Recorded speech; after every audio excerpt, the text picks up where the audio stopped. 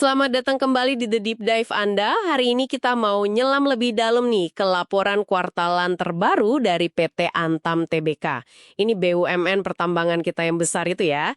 Kita lihat periode 9 bulan yang berakhir 30 September 2025. Sumbernya, laporan resmi mereka langsung. Misi kita hari ini, kita mau gali angka-angka kuncinya. Terus lihat apa sih yang bikin kinerja mereka oke di tengah pasar global yang, ya tahu sendirilah, banyak tantangan. Plus, kita bedah juga langkah strategis ke depan, soal hilirisasi dan ESG itu. Siap ya? Oke, kita bongkar bareng-bareng. Ya, laporan ini memang nunjukin Antam, lumayan berhasil ya mempertahankan kinerja positif. Padahal tantangannya banyak. Kayak pasokan bahan baku emas yang terbatas, terus harga nikel global kan lagi bearish ya, agak turun, plus industri bauksit dalam negeri yang sekarang fokusnya ya buat diolah di sini aja. Kuncinya mereka kayaknya sih di efisiensi biaya, operasi yang efektif, sama ya itu, usaha cari sumber bahan baku lain, terutama emas. Oke, kita mulai dari emas dulu. Ini menarik nih. Produksi emas dari tambang mereka sendiri turun dibanding tahun lalu. Cuma 590 kilo di 9 bulan 2025 ini. Padahal 2024 dapat 746 kilo. Tapi, nah ini dia, penjualannya justru lompat 20%. Jadi 34.164 kilogram. Banyak banget. Global yang lagi nggak pasti, jadi orang lari ke emas sebagai aset aman gitu kan. Terus ditambah lagi, merek Antam logam mulia itu udah kuat banget kepercayaannya. Jaringan jual belinya luas, akses digitalnya gampang, likuiditasnya juga oke. Mereka juga proaktif cari sumber lain di luar tambang sendiri. Ada penjajakan kerjasama juga, misalnya sama Freeport gitu. Oh, oke. Jadi emas ini intinya ditopang kuat sama pasar dalam negeri ya. Sekarang kita geser ke nikel. Angkanya juga naik signifikan ya. Ini produksi biji nikel naik 72% jadi 12,55 juta wet metric ton, WMT. Penjualannya lebih gila lagi, naik 97% jadi 11,23 juta WMT. Ini dipakai buat apa aja nih biji sebanyak ini? Biji nikel ini sebagian besar diserap sama industri nikel kelas 2 domestik yang ngolah biji kadar rendah jadi NPI, nickel pig iron itu. Sebagian lagi ya buat bahan baku pabrik ferronikel Antam sendiri di Kolaka, Sulawesi Tenggara.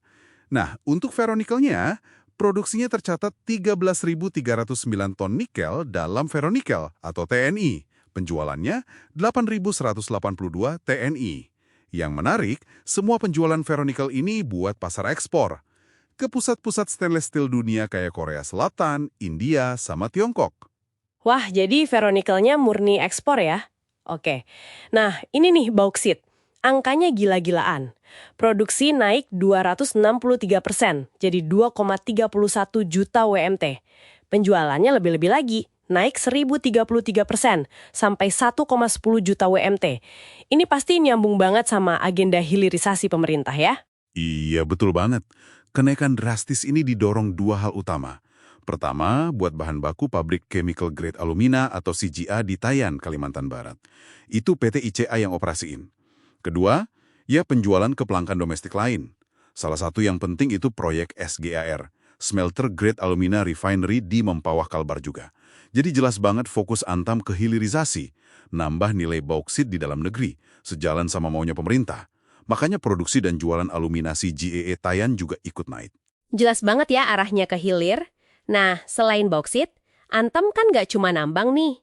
Fokus juga ke pengembangan bisnis hilir lainnya. Ada proyek strategis apa aja yang lagi jalan?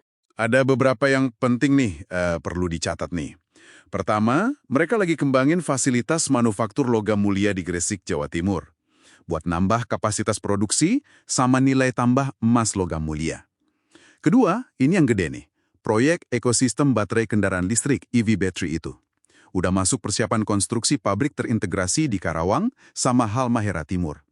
Ketiga, ya dukungan terus-menerus buat proyek SGR Mempawah tadi. Biar industri aluminium nasional kita makin terintegrasi dari hulu ke hilir. Oke, proyeknya banyak yang strategis ya. Nah, selain bisnis, aspek lingkungan, sosial, tata kelola, ESG itu gimana di laporan ini? Ada yang menonjol? Ada, dan ini cukup signifikan.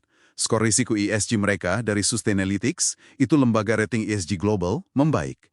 Turun dari kategori risiko tinggi, high risk, ke risiko menengah, medium risk. Ini nunjukin ada penguatan di manajemen risiko, keterbukaan informasi, sama tata kelolanya. Oh bagus dong kalau skornya membaik gitu. Ada contoh konkret komitmen ESG-nya? Ada dong. Misalnya nih, mereka beli sertifikat energi terbarukan, REC itu, buat unit bisnis logam mulia. Jadinya, bauran energi terbarukan nyampe 94%. Terus sampai Juni 2025, mereka udah nanam lebih dari 1,16 juta bibit mangrove. Ada juga program urban farming, pertanian perkotaan, di Jagarba. Wah, keren ya. Jadi perbaikan skor ESG itu bukan cuma angka, tapi ada aksi nyatanya. Penting banget itu sekarang ya. Betul, krusial malah. Buat jaga kepercayaan investor, akses pasar global juga.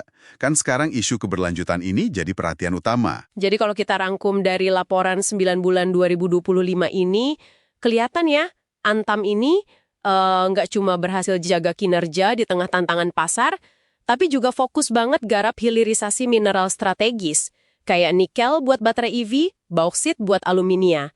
Plus, komitmen ESG-nya juga makin kuat dan kelihatan hasilnya. Tepat, Anda rangkum dengan baik. Kelihatan banget upaya mereka menyimbangkan operasi yang jalan sekarang sama investasi buat masa depan.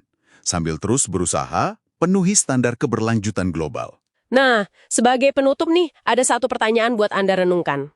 Dengan dorongan kuat Antam di hilirisasi, terutama buat ekosistem baterai EV sama industri aluminium terintegrasi, menurut Anda, gimana ini bakal mengubah peta industri pertambangan dan manufaktur kita di Indonesia? Dan posisi kita di rantai pasok global ke depannya? Sesuatu buat dipikirin lebih lanjut ya. Sampai jumpa di Deep Dive berikutnya.